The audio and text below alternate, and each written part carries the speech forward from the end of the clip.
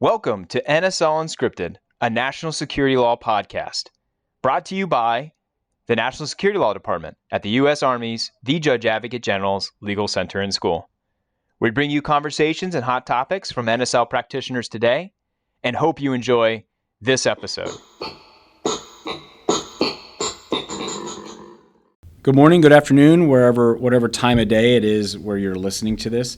Today on NSL Unscripted, I'm interviewing Dr. Jill Goldenziel, Professor at National Defense University College of Information and Cyberspace, Senior Affiliated Scholar, Fox Leadership International and Partnership for Innovation, Cross-Sector Collaboration, Leadership and Organization, University of Pennsylvania. Dr. Goldenziel, thank you so much for joining us today. Thank you so much for having me. It's great to be here. Today, there's a lot of areas we could dive into as far as your areas of expertise, but today I'd like to focus and talk to you about lawfare. And really, before we dive in, could you describe for our audience what lawfare is? Sure. Lawfare is most concisely described as the use of law as a weapon of war. I define it a bit more broadly as the strategic use of law, the strategic purposeful use of law, to achieve a particular strategic, operational, or tactical objective against a particular adversary, or to bolster the legitimacy of one's own objectives or undermine the legitimacy of an adversary's.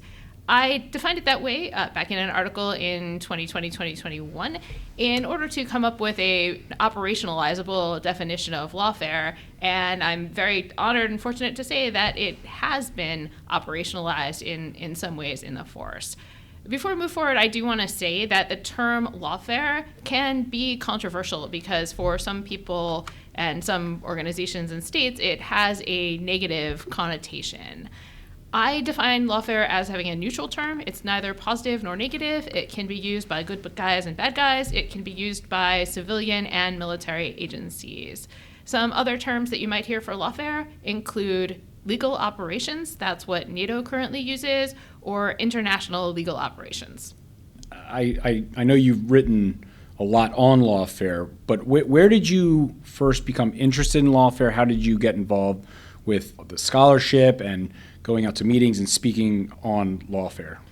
The term lawfare first came into the legal academic lexicon back in 2001 when then Colonel, later Major General, and now Professor Charlie Dunlap noticed that law was being used by our adversaries in order to disrupt and undermine U.S. and coalition actions on the battlefield. And what he was looking at particularly then was violent non-state actors, Hamas, Al-Qaeda, using things like human shields in order to exploit U.S.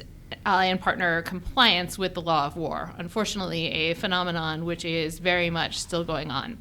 So I became aware of it back as a law student back then, interested in national security law. And then the more personal story is back in about 2015.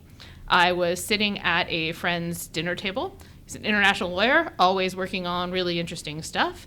And I said to him, hey, what are you working on now? And he said, well, I'm representing the Philippines in this really big arbitration against China. And I said, stop right there. That is my next research project. That is absolutely fascinating. I'm about to start this job at Marine Corps University.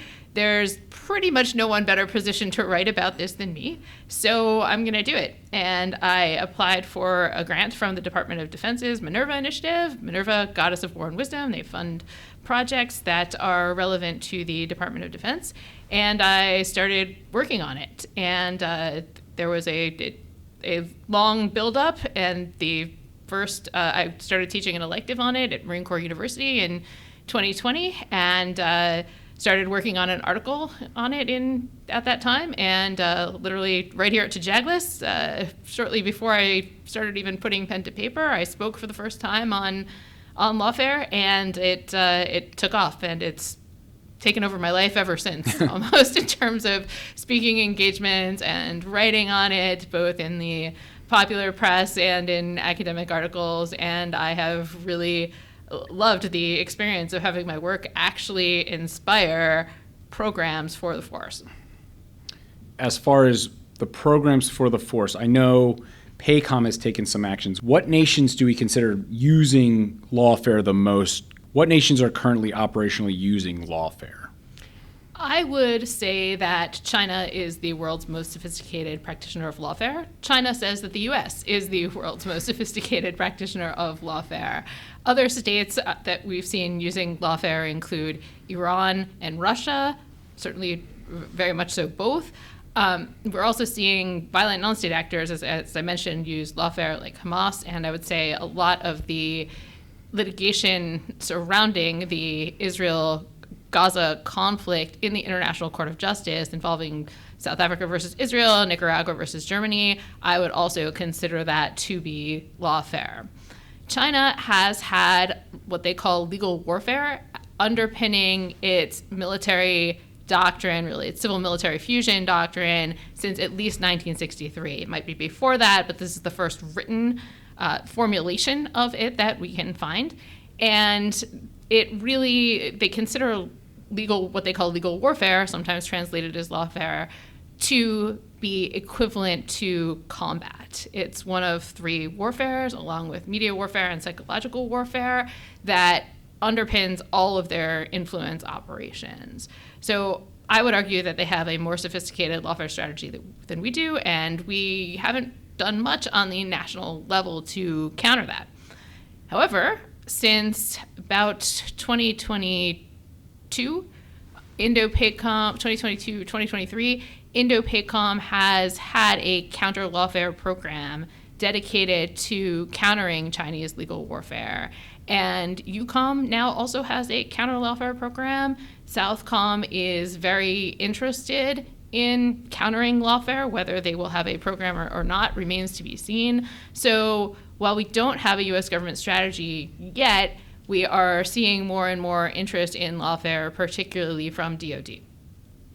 From these beginnings, what are the ways that the U.S. could or does practice lawfare?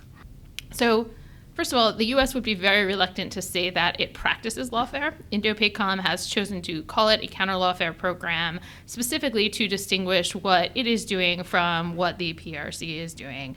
Again, there's a terminology problem, and I like to say our adversaries are laughing at us because we're so caught up in this terminology. Do we call it lawfare? Do we call it legal operations? Do we call it something else? In the meantime, they are out there doing it. So, what the U.S. does to use law strategically or purposefully to achieve a particular strategic operational tactical objective or to bolster legitimacy is really two particular things I can speak to two particular things in Indo-PACOM's counter-lawfare program. Their two main lines of effort are information and partnership. So information, publicizing PRC malign behavior, what they're doing in the South China Sea, what they're doing in the Philippines, how they're undermining the use of law, how they're interpreting law and asserting their legal view, and sometimes getting our allies and partners to even believe it, in ways that no other nation on earth interprets, say, the law of the sea, and how they are trying to take areas in the South China Sea by really fait accompli. Those are examples. We also publicize how we, the U.S. and Indo-PACOM, operate legally, fly, sail, and operate wherever international law allows, in conjunction together with our allies and partners, and rally a coalition of like-minded nations to protect the rule-based international order. I think you've already spoken to this a little bit, but as far as the DoD's efforts to improve our, counter-lawfare capabilities, what steps have been taken in the counter-lawfare? I know it's information and nation building, but is there anything else we're working towards as far as improving these capabilities? So we've seen nascent programs, strong interests at least three combatant commands. And I think those are the most developed efforts that are out there. Navy Code 10, their International Operational Law Division, also held a Countering the Misuse of Law working group to study the problem and look at what the Navy should be doing about countering the misuse of law, or lawfare, whatever we want to call it. And I will see what comes out of that effort for sure. I can say overall there's been a lot of interest. I'm a fellow with NATO. They've given me a prize for my work in this area, and I have spoken to several of their commands at this point. I spoke at the SpaceCom Legal Conference this year, which held an entire panel on space lawfare. I think it is something that is much more in the DoD lexicon, certainly in the legal world, than it was 5 years back. Whether we will see institutional efforts towards it in the future, such as a DoD-wide working group, an interagency working group, a DoD-wide lawfare program, or it written into joint doctrine, I can't say. I know that one of INDOPACOM's goals is to have it written into doctrine, either for INDOPACOM or overall for the Joint Force. As far as our partner nations and our allies, what are they doing now, and maybe specifically NATO in the area of lawfare? Sure. One of the reasons I think the U.S. needs to be taking lawfare more seriously and developing a interagency, nationwide, strategic counter-Lawfare or lawfare program is because it will enable us to work better with our allies and partners in terms of legal interoperability and in terms of really being able to be more lethal and fight and win. NATO has a legal operations program. They have staff devoted to what they call legal operations. They have a tracking database where they are able to track and monitor lawfare legal operations, as they call it, developments all over the world, and to the point that they worked very closely with Intel at the time that Russia invaded Ukraine, and really were able to track all of the developments in the Duma that led up to the invasion of Ukraine. Russia, not unlike China, by the way, which uses very similar tactics, lays a legal foundation for everything they do. We tend to think of Putin as an authoritarian who doesn't care about law. That's not what actually happens. The Duma lays a legal foundation for everything they do, legal justification for anything they do, whether it's passportization in Korea or the invasion of Ukraine itself. And NATO has a system for integrating these legal operations, or sometimes they call it legal intelligence, in with their other operations. And we don't have anything quite so sophisticated yet. Israel also has had a very sophisticated counter-lawfare program for obvious reasons for a long time. They have personnel devoted to this in their Ministry of Justice. And France now has a counter-lawfare program in their personnel devoted to studying lawfare in their Ministry of Defense. The UK has it as part of their forward operating campaign plan, I believe. I don't have the name of it in front of me. So we're really behind the curve in having some kind of national strategy to operate better with our allies and partners, counter our adversaries, and there is so much more that we can be doing in this realm. In light of our allies, our partners, and our adversaries utilizing lawfare or counter-lawfare, do you have any suggestions as far as how the U.S. could or should move forward with our strategies, whether it's updating doctrine, including in the, any kind of national security strategy or what have you? And if the world were run by Dr. Goldenziel, what would you do? How would you structure our lawfare, counter-lawfare strategy in the U.S.? Back in 2021, in my article, Law as a Battlefield, the U.S., China, and Global Escalation of Lawfare, which was published in Cornell Law Review, I argued that the U.S. needs a whole-of-government lawfare strategy. It is not clear who should lead it, but we know that it needs to involve DoD, Department of State, Department of Justice, Department of Treasury, Department of Commerce, USAID at the absolute minimum. USAID is very interested in this problem, and I've been working on it with their Bureau of Democracy, Rights, and Governance as well.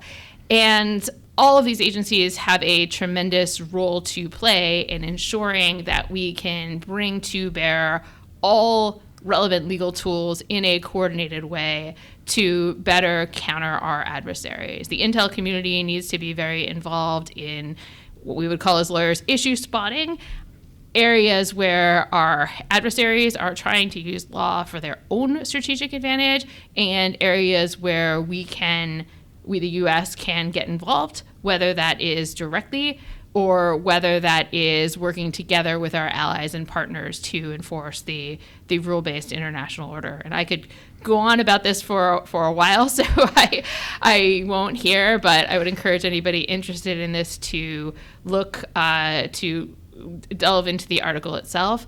I think that what we need for this is for there to be a hard look, ideally a study probably led by the Department of Defense, just because there's the most interest here and the most work on this so far, but an interagency study to take a hard look at the best way for the U.S. government to implement a lawfare strategy, perhaps an independent commission to really study the problem and look at the best way for the U.S. to develop a lawfare strategy. I think it ideally should be run out of the National Security Council. That would really mean my running the world in order to get that to happen. And permanence does not always happen in the National Security Council either. I want to see a structure where this doesn't go away, where the U.S. government is considering law permanently to be an instrument of national power and national strategy. For anyone out there that's interested, any of the national security law practitioners out there who are interested in learning more about lawfare, what would your advice be to them? Is there any area they should focus on, or how would they get better prepared to understand lawfare? So my first advice would be not to get caught up in the semantic issues of what to call lawfare, counter-lawfare. I think that those of us working on the problem all know what we're working on and are more concerned about countering it than what to call it. So call it whatever you need to do that works for you until we have DoD doctrine or ideally a national strategy on lawfare or on this issue. Call it what you need to get the job done, first of all. Secondly, in terms of learning more about lawfare, I think that the first place I would go would be to INDOPACOM's J06 Office of Staff Judge Advocate website to look at the resources there for INDOPACOM's counter-lawfare program, and they have other articles listed there on China's lawfare strategy and what academics like I and others would do to counter it. So that's the first resource I would say I would recommend. But really, for practitioners, it's about taking a hard look about what your organization can do, what your unit can do to better prepare for this threat. And for some units, that's going to be, how do we man, train, and equip better? How do we give our judge advocates the training they need and the support they need? Because judge advocates are very busy and don't have time to take the 40,000-foot academic view always on lawfare. How do we give them the training and support they need to be able to support the force on this? How do we make sure everyone from the commander and the judge advocate to the proverbial strategic corporal knows enough about lawfare to be able to spot threats and counter them? And I'll say one thing also to think about is this needs to be coordinated at the national level. It certainly needs to be coordinated by the COCOM level at this point, certainly while we're all starting out and figuring out what we're doing in terms of a U.S. lawfare strategy. But eventually, like any other weapon, anybody holding a gun needs to be empowered to use it. And everybody, not just the judge advocate, needs to be empowered to use lawfare and to be able to defend against it. So if I were a commander, I would be thinking about how to get that done the same way I would be thinking about it if the adversary were pointing any other weapon against me. to get spun up, are there any particular books or articles addressing lawfare that you would recommend for the practitioners out there? Sure. So academics are always reluctant to recommend their own work, but in this case, I have to. My Cornell Law Review article that I mentioned before, "Law as a Battlefield," I think is a good place to start. I also have columns in Forbes and Bloomberg where I try to write about the latest and greatest as it comes out, and I am hoping to write a book on lawfare. But besides my own work, the U.S.-China Economic and Security Review Commission has a fantastic 2023 report to Congress that has an entire chapter on China's attempts to set norms in law, tech, and AI. And that could be my own research agenda for the next 10 years. I hope it will be other people's research agendas, because I don't think we have 10 years to figure out all of these problems. Anything on the UN cyber norms for those interested in cyber. The national security strategy, U.S. national security strategy, says that these are the rules of the road that we are trying to set in the cyber domain together with our partners and adversaries. Really unusual for the U.S. to call out international law like this, international norms like this, in a national security strategy. And I think there's a lot to be done on understanding those, understanding what they mean, and really for all practitioners inside and outside the military and the private sector as well, to be helping to promote these norms as well. Dean Cheng, Charlie Dunlap, Ord Kittry also have written fantastic work on lawfare. Ord Kittry's book, Lawfare, Law as a Weapon of War, remains the Bible in this area. It was published in 2016. Charlie, of course, the great patriarch of lawfare in the U.S., as I've mentioned before, and Dean has written some really interesting work about lawfare in the space domain, which is very much a developing issue. So I'd stay, for anyone interested in space, I'd stay on top of the latest research on that. Just to close out today, and I really appreciate you taking the time to come down here to TJAGLIX and do this interview. Is there any outgoing save rounds as far as lawfare that you think practitioners should know, or something you just want to leave our listeners with? I think this is a growing and escalating area. I think that we are likely to see a lot of lawfare over Taiwan in the future if conflict escalates there. We see it in the Philippines literally every single day regarding China's unlawful maritime claims in the West Philippine Sea and the South China Sea.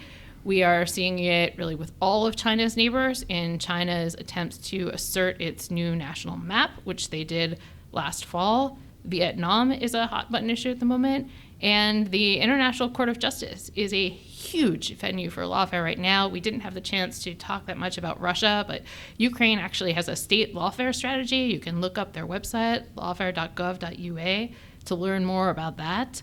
And the cases involving really involving genocide, two of which involve Israel right now, one involving Ukraine and one involving Myanmar versus the Gambia. The courts allowing what they call erga omnes partes jurisdiction, which means that under certain human rights treaties, mostly human rights treaties, but potentially others like the law of the sea, any state party can bring suit against another state party for a violation of that treaty.